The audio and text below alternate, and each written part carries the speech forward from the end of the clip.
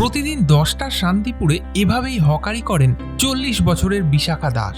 কেউ কেনেন, কেউ পাশ কাটিয়ে চলে যান, কিন্তু কজন জানেন এই লজেন্স বিক্রির পেছনে লুকিয়ে আছে এক বিধবা মায়ের 8 বছরের যুদ্ধ। 17 বছর মতো বয়স, তবে তখন আমার বিয়ে হয়েছে। আমার হাজবেন্ড তখন তাঁত বুনতো, উনি মারা গেছেন 2017 সালে মারা গেছেন। শান্তিপুরের বাসিন্দা বিশাখার ছোটবেলা কেটেছে দারিদ্র্যে। 10 বছর বয়সে তাঁত বুনে সংসার চালাতেন।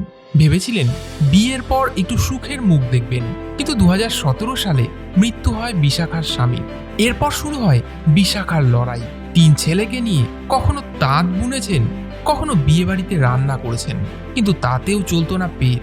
তখন একদিন ট্রেনে হকারি করার ভাবনা আসে, কিন্তু একজন গৃহবধূ কি পুরুষদের সঙ্গে পাল্লা দিয়ে ট্রেনে হকারি করতে পারবে জানা ছিল না বিশাখার। তবে দেখতে দেখতে 4 বছর কাটিয়ে ফেলেছেন এই পেশায়। বাড়িতে বেরোনোর আগে আমার রান্না করতে হয়, পুজো টুজো দিয়ে সবকিছু, মানে সংসারে যা কাজ থাকে সবই করতে হয়। পরে তারপর আমি এই কাজটাতে 10টা 5-এর দিন ধরি।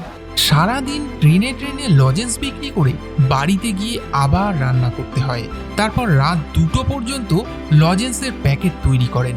কাজের শেষে 2 চোখের পাতা এক করতে করতেই ফুটে ওঠে ভোরের আলো। তবে বর্ষার দিনে বিশাখার বাড়ি ফিরেও শান্তি নেই। একটা আমার এক ভাঙা ঘর আছে, বেড়ার ঘর, তাই ওই ঘরতে জল পড়ে, কিন্তু আমি সরকার থেকে একটা এখনো ঘর পাইনি। আর আমার নিজের ক্ষমতা নিয়ে একটা ঘর আমি করবো। আমার যদি একটা ঘর পাইতাম বা একটু সাহায্য পেতাম তাহলে আমাদের ভালো হতো। বিশাখাকে সাহায্য করার জন্য এই নম্বরে যোগাযোগ করতে পারেন।